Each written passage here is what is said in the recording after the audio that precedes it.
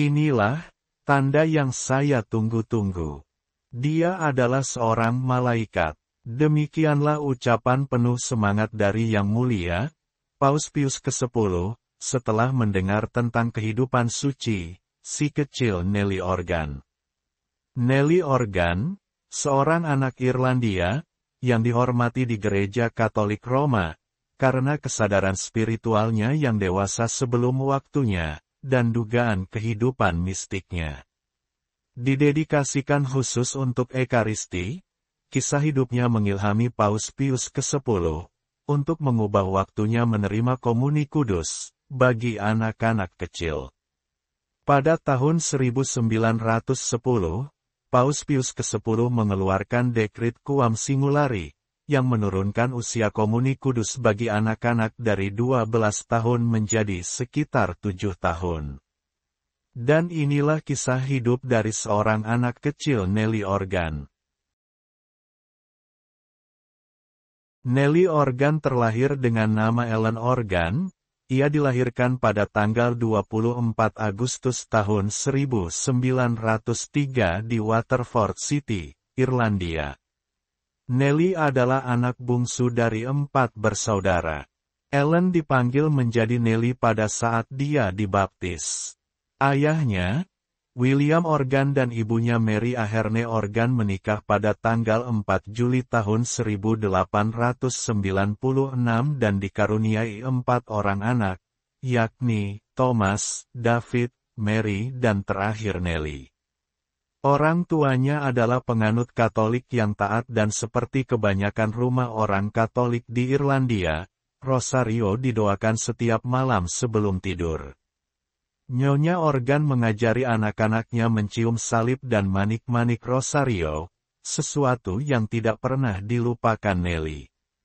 Ibunya juga mengajari Nelly cara mengucapkan nama suci Yesus, Maria dan Santo Yosef, serta nama orang suci lainnya dan Nelly selalu ingat untuk melakukannya. Bahkan, dia sering mendengar ibunya menyebut, Tuhan yang Maha Kudus. Para orang tua juga biasa menyebut gereja sebagai rumah suci Tuhan. Jelas sekali, Nelly sudah tahu sejak awal untuk melakukan hal-hal yang membuat Tuhan Kudus bahagia. Karena pengangguran di Irlandia saat itu sangat tinggi, ayahnya William Organ harus memilih antara emigrasi atau wajib militer sebagai tentara. Dia memilih untuk wajib militer, dan pada bulan Oktober tahun 1897 dia bergabung dengan Angkatan Darat Inggris, yang saat itu menduduki Irlandia, di sebuah garnisun di kota maritim Waterford. Pada tahun 1905 dia dipindahkan ke Pulau Spike, sebuah benteng pulau yang terletak di Pelabuhan Cork. Ketika baru berusia 2 tahun, kata ayah Nelly, dia akan menggenggam tanganku dan pergi ke misa sambil berjalan terlatih-tatih, mengoceh sepanjang jalan tentang Tuhan yang Maha Kudus. Begitulah cara dia selalu berbicara tentang Tuhan, dan saya tidak tahu di mana dia bisa belajar itu, tutur William. Nelly sangat menyayangi ayahnya, dan permintaan pertamanya pada ibunya pergi keluar, adalah membelikan rosario untuk ayahnya. Nama-nama suci adalah kata-kata pertama yang dipelajari Nelly. Pada malam hari doa rosario selalu didaraskan di keluarga ini. Ibunya mengajarinya mencium salib dan manik-manik besar, sebuah kebiasaan yang dipertahankan Nelly. Pada tahun 1905, keluarga William pindah ke Spike, sebuah benteng pulau yang terletak di Pelabuhan Cork. Udara laut jauh lebih sehat bagi Mary ibu Nelly. Ibunya rajin membawa Nelly, yang masih terlalu muda untuk bersekolah ke gereja terdekat, setiap pagi untuk misa kudus. Namun tak lama kemudian, kesehatannya menjadi sangat buruk. Mary Organ yang malang menderita TBC, penyakit serius pada masa itu. Dia banyak berdoa kepada Tuhan selama ini, dan rosario tidak pernah lepas dari tangannya. Akhirnya Mary meninggal pada bulan Januari tahun 1907. Menjelang akhir nafasnya, Mary memeluk Nelly anaknya dengan penuh kasih sayang, sehingga anak itu harus diambil paksa dari pelukannya yang lagi sekarat.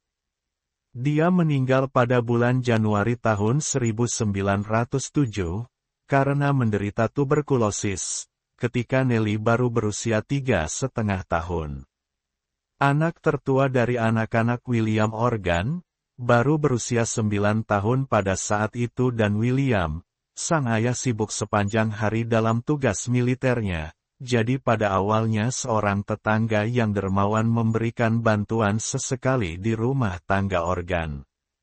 William sadar dia tidak dapat melakukan dua tugas sekaligus, sebagai ayah, juga sebagai ibu di rumah. Ini merupakan situasi yang buruk bagi keluarga ini, ditambah lagi Nelly sangat sensitif dan memerlukan perhatian khusus.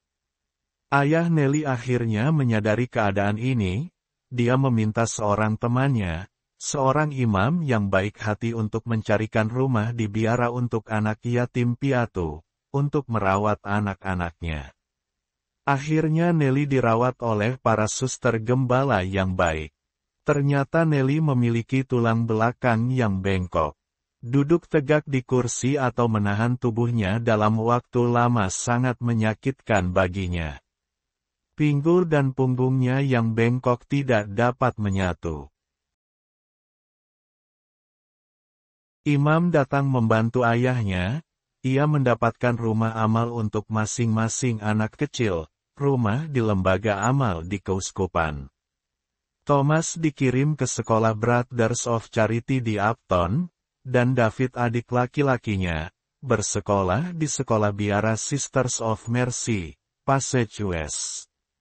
Pada tanggal 11 Mei tahun 1907, Mary dan adiknya Nelly yang saat itu usianya 3 tahun 9 bulan, masuk dan tinggal di sekolah industri Saint Finbar, yang dipimpin oleh Sisters of the Good Shepherd di Sandyswell, di kota Cork, Irlandia.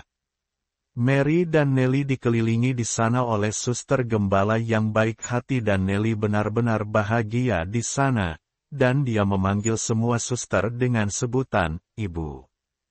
Dr. Mary Long memberitahu para suster bahwa Nelly sepertinya kesakitan dan sering terjaga sepanjang malam sambil menangis dan sering batuk. Karena itu, Nelly kecil dipindahkan ke rumah sakit sekolah, di mana dia akan berbagi makanannya dengan seekor anak kucing hitam kecil, yang sangat dia sayangi. Meskipun dia kini telah dihentikan dari sekolahnya, namun dia kadang-kadang diajak untuk mengikuti permainan di taman kanak-kanak. Suatu hari dia diberi sekotak tali manik-manik. Dia memasukkan beberapa ke dalam mulutnya dan secara tidak sengaja dia menelan setengahnya. Manik-manik tersangkut di tenggorokannya dan dia tampak tercekik. Guru itu menangkapnya dan berlari membawa Nelly ke rumah sakit Hati Kudus di Tanah Biara, dan segera mereka melakukan operasi mengeluarkan manik-manik dari tenggorokannya. Hebatnya, Nelly tidak menangis selama pengalaman menyakitkan itu, namun beberapa waktu kemudian dia menjadi lesu, sehingga mereka memanggil dokter. Nelly didiagnosis, bersama dengan tulang punggungnya yang bengkok, Nelly juga mengidap tuberkulosis yang pada saat itu sangat ditakuti, seperti yang terjadi pada ibunya. Karena penyakit sudah berkembang di tubuhnya, dokter tidak memberikan harapan apapun untuk kesembuhannya. Faktanya, dia memberitahu mereka bahwa hidupnya hanya tersisa beberapa bulan saja.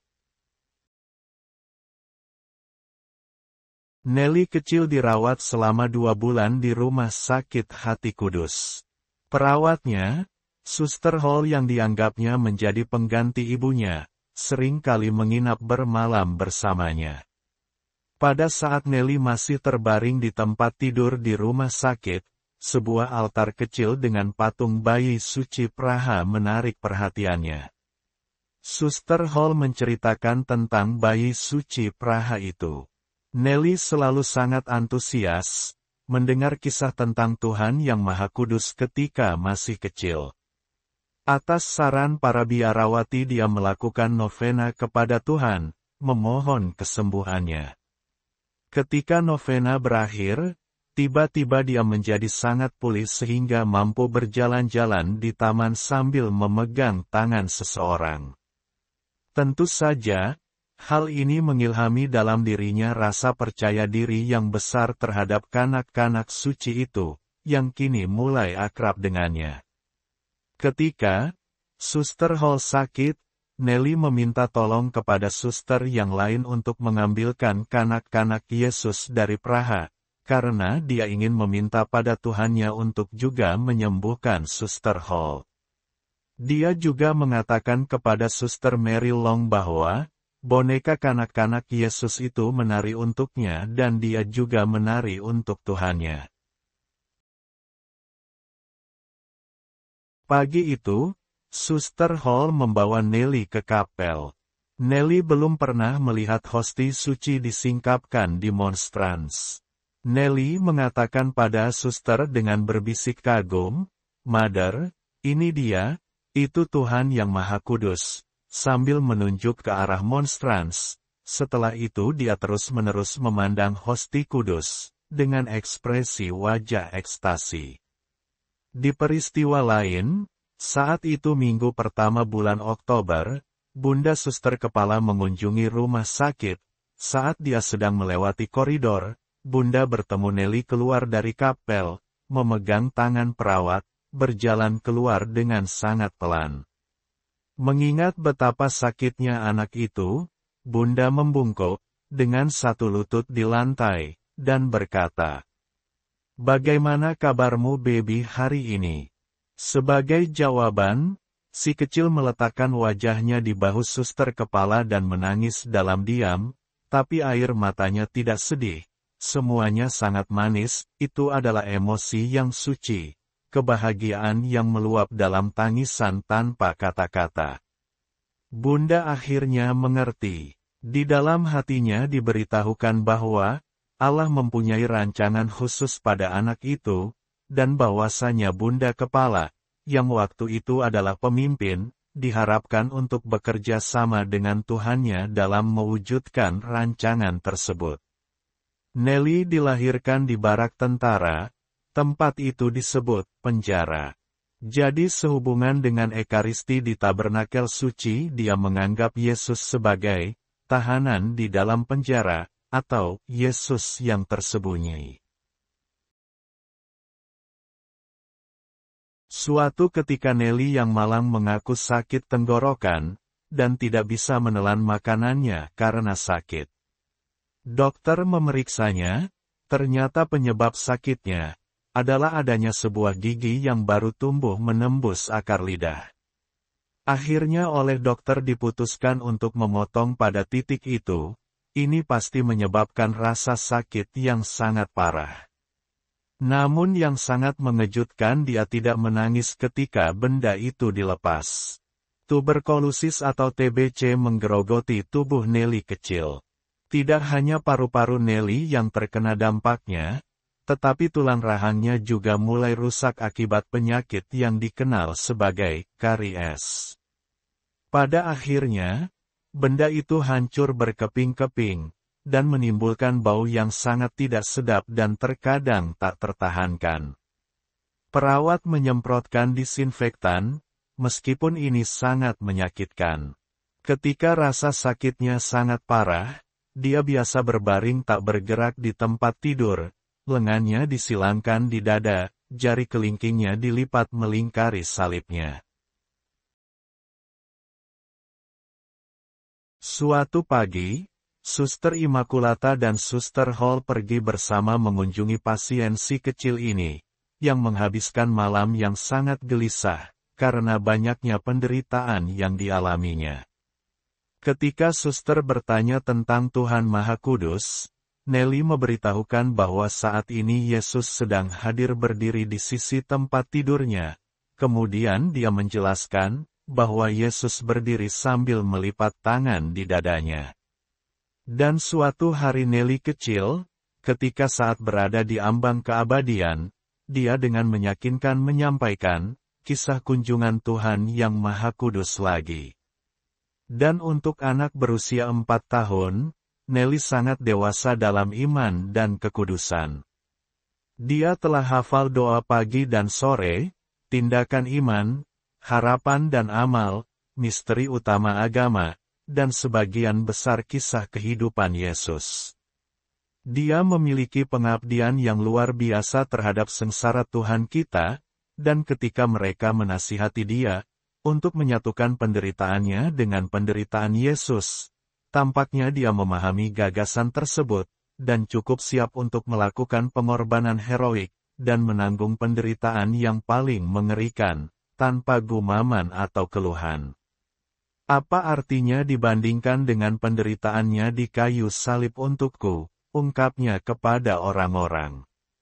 Dia sering berdoa di siang hari, dan ingatannya selama berdoa sangat meneguhkan. Dia berdoa untuk semua orang yang disayanginya, para suster, uskup, perawat, teman-teman kecilnya, kesejahteraan gereja Kristus dan Paus. Pembacaan rosario oleh Nelly sangat luar biasa. Dia mencium masing-masing manik-manik besar dan salib, serta melafalkan setiap doa dengan perlahan, jelas dan dengan semangat mendalam, yang luar biasa bagi seseorang yang masih sangat muda. Pada masa itu, usia normal untuk menerima komuni kudus pertama adalah setidaknya pada usia 12 tahun. Suatu ketika ibu suster kepala mengunjungi Nelly, dia dikejutkan oleh permintaan berikut. Mother, besok pagi, ketika kamu mendapatkan Tuhan yang kudus, maukah kamu membawa dia kepadaku, pinta Nelly. Ibu tidak tahu harus menjawab apa. Suster kepala menjawab, besok pagi aku akan memohon kepada Tuhan yang Maha Kudus yang sangat menyayangimu, dan aku akan datang menemuimu setelah misa. Jawaban ini sepertinya memuaskan anak itu. Sore harinya dia memanggil Suster Hall dan berkata kepadanya, Mother Francis akan membawa Tuhan yang Maha Kudus kepadaku besok pagi. Ia sangat kecewa karena Mother Francis juga datang tanpa membawa apa yang diharapkannya. Nelly sangat sedih dan menangis. Selama beberapa hari dia diam dalam kesedihan, akhir dia punya ide yang cerdas, ia pun berbisik kepada Mother. Ketika kamu mendapat komuni kudus di kapel, maukah kau kembali dan menciumku? Lalu kamu kembali ke kapel, pinta Nelly memelas. Dia membujuk kepada siapapun saja yang bisa dia minta, bisa itu perawat-perawat, bisa juga suster-suster biara. Selama bulan November tahun 1907, semua kerinduan yang suci dalam penderitaan yang ditanggung dengan sabar. Kerinduan yang besar akan mendapatkan kasih Yesus dalam sakramen Maha Kudus. Ketika bulan Desember tiba, para suster telah memulai retret 10 hari, yang berakhir pada tanggal 8 Desember Hari Raya Santa Perawan Maria dikandung tanpa noda. Para suster menceritakan kepada Pastor Barry S.J. tentang kerinduan akan menerima komuni kudus dari seorang anak luar biasa. Dia adalah Nelly, anak yang baru berusia 4 tahun. Pastor Barry kemudian menyatakan, Santo Alfonsus memberikan komuni kudus kepada seorang anak kecil yang merindukannya. Jika uskup mengizinkan saya akan melakukan hal yang sama melalui Little Nelly. Kemudian Pastor Barry datang menemui Nelly dan bertanya, apakah Ekaristi Maha Kudus itu? Nelly menjawab demikian. Itu adalah Tuhan yang kudus, dia berkata lagi. Dialah yang menjadikan para biarawati dan semua orang suci. Lalu, Yesus datang melalui lidahku dan masuk ke dalam hatiku. Kata-kata itu memang merupakan kata-kata seorang bayi, yang sangat mendalam. Setelah itu Pastor Barry menulis surat kepada uskup meminta izin khusus untuk memberikan komuni kudus kepadanya. Menurut Pastor Barry, sehubungan dengan penerimaan sakramen ini, Nelly telah sampai pada penggunaan akal sehat. Dia mengatakan kepada uskup bahwa Nelly diberkahi dengan kasih yang sangat besar kepada Tuhan dan keinginan untuk bersatu dengannya dalam komuni kudus. Akhirnya jawaban itu datang juga, ketika Pastor Barry sedang makan di ruang tamu biara. Begitu dia membaca izinnya, meskipun suster belum selesai dari makanannya, dia melemparkan serbetnya ke tengah meja dan bergegas naik tangga ke lantai atas, untuk menyampaikan kabar gembira itu kepada si kecil yang cemas. Ketika Nelly mendengar kabar itu, kegembiraannya tak terlukiskan. Aku akan memiliki Tuhan yang kudus di hatiku. Aku akan memiliki Tuhan yang kudus di hatiku. Dia terus mengulanginya dengan kegembiraan yang tak terlukiskan. Malam sebelum hari komuni pertama memberi Nelly sedikit istirahat, dia tidak bisa tidur karena gembira. Dia sudah tak sabar menanti datangnya hari kudus itu. Pagi yang penuh peristiwa itu akhirnya tiba, pada pagi hari tanggal 6 Desember tahun 1907. Setelah malam tanpa tidur, dikhawatirkan kegembiraan terlalu besar, akan membuat anak itu sakit, dan tidak dapat menerima sakramen Maha Kudus. Tapi Nelly mencoba menenangkan dirinya, dia berbaring dengan tenang di tempat tidurnya, dan meskipun anggota tubuhnya sedikit gemetar, penyakitnya hilang semua. Saat itu hari Jumat pertama. Dengan berpakaian serba putih, dia digendong dan didudukan di kursi malas kecil di depan tempat suci. Misa komunitas baru saja berakhir. Nelly tetap diam dan tak bergerak dengan kepala tertunduk dalam doa dan pemujaan. Setiap mata tertuju pada anak kecil ini, semua temannya memandang dengan heran. Seorang anak kecil akan menerima komuni kudus. Kemudian datanglah Pastor Barry dengan membawa stola dan pakaian luar. Dia memandang pastor yang mendekat. Dia mengangkat wajahnya yang bersemangat. Anak itu, dalam tulisan Pastor Barry, benar-benar lapar akan Tuhannya, dan menerima Tuhannya dari tanganku dalam bentuk cinta. Maka semua kerinduan Nelly terpuaskan, Tuhan Maha Suci akhirnya masuk ke dalam hatinya. Tercapailah apa yang selama ini dia idamkan. Dan kemudian hal yang aneh terlihat, bau yang tidak menyenangkan yang selalu keluar, berasal dari mulut dan rahangnya yang sakit, kini hilang dan tidak pernah dirasakan lagi setelah komuni pertama pagi itu. Namun di tengah kegembiraan yang tak terlukiskan itu, penyakit tuberkulosis yang diderita Nelly ternyata semakin parah, dan kini kesehatannya semakin memburuk. Pada hari Kamis, tanggal 30 Januari Bunda Francis datang menemuinya.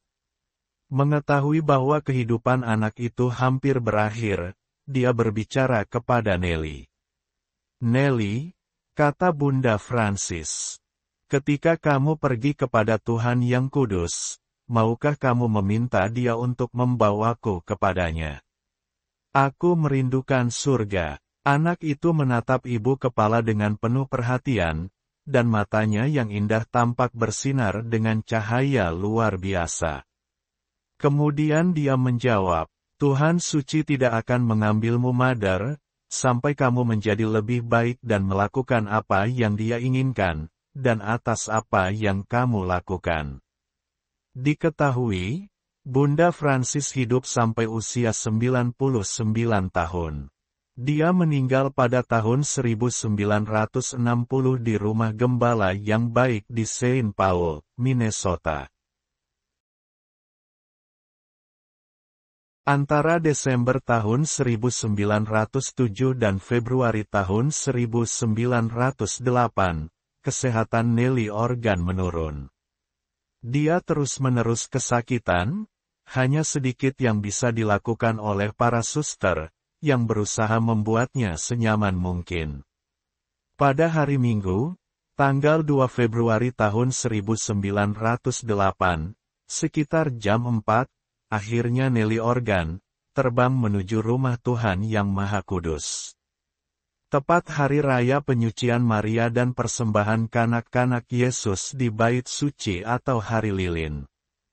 Nelly meninggal dalam usianya 4 tahun 5 bulan 8 hari. Sesaat sebelum kematiannya, dia berdoa rosario bersama salah satu biarawati ketika dia meminta untuk mendoakan Paus, Bapa Suciku. Pagi harinya, peti mati kecil itu dibawa ke kapel dan dibaringkan di paduan suara anak-anak. Kemudian, setelah misa requiem, para suster dan para murid datang untuk mengucapkan selamat tinggal untuk yang terakhir kalinya. Dia dimakamkan pada malam hari di pemakaman Saint Joseph, yang berkabung hanya sedikit orang, termasuk saudara perempuannya Mary, yang masih menjadi murid di sekolah Saint Finbar, beberapa perawat, juga Suster Teresa dan beberapa muridnya.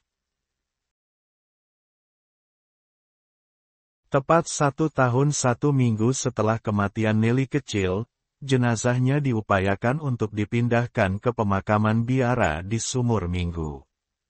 Dan ketika makam itu dibuka untuk melihat apakah pemindahan tersebut dapat dilakukan dengan aman. Pembongkaran disaksikan dihadiri oleh Pastor Scannell, perawat, dan 2 orang saksi terpercaya lainnya, menyaksikan suatu keajaiban terjadi. Jenazah Nelly ditemukan masih utuh, kecuali rongga kecil di rahang kanan yang berhubungan dengan tulang yang telah hancur karena karies ketika si kecil masih hidup. Jari-jarinya cukup lentur dan rambutnya sudah tumbuh sedikit. Gaunnya, karangan bunga dan kerudung komuni pertamanya, yang dikuburkan sesuai keinginannya, juga masih utuh. Medali perak kanak-kanak suci Maria, masih bersinar terang, seolah-olah baru saja dipoles, semuanya ternyata masih sama persis seperti pada hari kematian Nelly. Setelah mendapat izin dari pihak berwenang, sipil dan gerejawi, pada tanggal 8 September tahun 1909, jenazah Nelly dipindahkan dari pemakaman umum, ke biara gembala yang baik, dan dikuburkan kembali secara hikmat. Dari makam Nelly kecil, hingga hari ini, ada banyak mukjizat terjadi seperti kesembuhan orang buta, orang tuli, orang timpang dan penghiburan bagi mereka yang menderita ataupun berduka. Semua diyakini terjadi perantaraan surgawinya dan sudah berlangsung 100 tahun sejak kematiannya. Ada sejumlah besar bukti kesaksian ini, telah disimpan oleh para suster gembala yang baik sebagai kesaksian hidup. Segera setelah kematian sucinya, Paus yang dia doakan, Paus Pius ke-10, mendengar tentang kehidupan luar biasa Nelly Organ dan tentang keinginannya yang luar biasa untuk komuni kudus. Paus berseru dengan semangatnya. Inilah tanda yang saya tunggu-tunggu. Dia adalah seorang malaikat. Hanya 2 tahun setelah kematiannya, Paus Santo Pius ke-10 menulis Quam Simulari, ensikliknya yang membawa perubahan radikal di era komuni suci pertama. Perubahan yang menurunkan usia komuni kudus pertama bagi anak-anak, dari usia 12 tahun menjadi usia sekitar 7 tahun. Demikianlah kisah perjalanan iman seorang anak kecil Irlandia, yang menginspirasi seorang Paus Santo Pius ke-10, seorang Little Nelly Organ dari Tuhan Kudus, nama yang mungkin tidak dikenal banyak orang, namun kisahnya adalah salah satu kisah iman, dan pengabdian yang telah menginspirasi banyak orang selama bertahun-tahun. Perubahan radikal berupa keputusan yang menurunkan usia komuni kudus pertama, bagi anak-anak, dari usia 12 tahun menjadi usia sekitar 7 tahun. Semoga kisah ini dapat menambah pengetahuan dan pelajaran bagi kita, tentang iman Katolik. Terima kasih sudah menonton. Untuk kelangsungan channel ini, jangan lupa subscribe, like jika menyukainya, share jika bermanfaat, dan komen. Tuhan Yesus memberkati. Amin.